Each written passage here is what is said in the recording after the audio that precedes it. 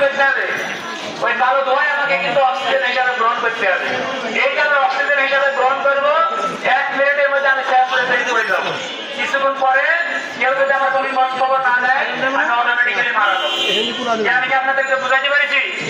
তাহলে কি হবে, যে তলায় আগুন লাগবে ওই তলার লোক বাইরে হবে, সবার হবে 5 তলার লোক বাইরে হবে, কেমনের দিকে যায়।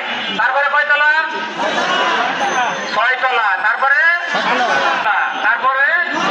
9 তলা, এরপরে কয় তলা? নিচে 3 তলার লোক আসবে না, তারপরে 3 তলা, তারপরে কয় তলা? 1 তলা। এর মধ্যে কথা আছে, সবার আগে আসবে কারা? প্রায়োরিটি ভিত্তিতে, অগ্রাধিকার ভিত্তিতে কারা আসবে? প্রায়োরিটি ভিত্তিতে আসবে সন্তান সম্ভাবনা মা, শিশু, বৃদ্ধ অথবা দুরারোগ্য ব্যাধিতে আক্রান্ত, যাদের মনে করে হার্টের সমস্যা, কিডনির সমস্যা অথবা ক্যান্সার, এই ধরনের যাদের। ক্লিয়ার? এসে এখানে কি করবেন? সবাই লাইন আপ হবেন। কিভাবে? এখন যে ফাইট ডিলটা করছি এটা কোনো ডিএলই না। কেন জানেন? সিস্টেম হলো যারা কাটিং সেকশনের মানুষ তারা কাটিং সেকশনে একটা লাইন আপ হবে। কর্মস্থলে আসেন, আপনাদের একটা হাজিরা খাতা আছে না, ডিজিটাল অথবা ম্যানুয়াল।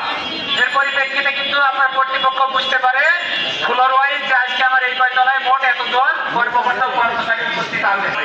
অর্থাৎ সকালবেলা কতজন উপস্থিত ছিলেন, আর যখন এখানে আসবো এসে কর্তৃপক্ষকে জিজ্ঞাসা করবো যে আপনাদের কোনো লোক মিসিং আছে কিনা। যখনই বলবে যে হ্যাঁ আমার 2 তলা হোক 6 তলা হোক অথবা কি, আমার কথা কি বুঝতে পেরেছেন? ফায়ার সার্ভিসের হটলাইন নাম্বার কত জানেন আপনারা? ফায়ার সার্ভিসের হটলাইন নাম্বার 102 102। কত নাম্বার? কত? 102 ফোন দেবেন, আপনার মোবাইলে টাকা কাটবে না, টোল ফ্রি।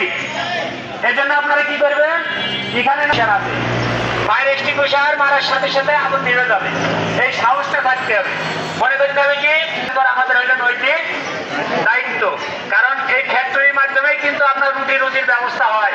আল্লাহ পাক কিন্তু মানুষকে যে কোনো একটা ওসিলার মাধ্যমে কি রুটি রুজির ব্যবস্থা করছে। যখনই কোনো আগুন লাগবে, আগুনের ফার্স্ট প্রাথমিক অবস্থায় আগুন কি বড় হয় না ছোট হয়? ফ্লোরে অটোমেটিক্যালি কিন্তু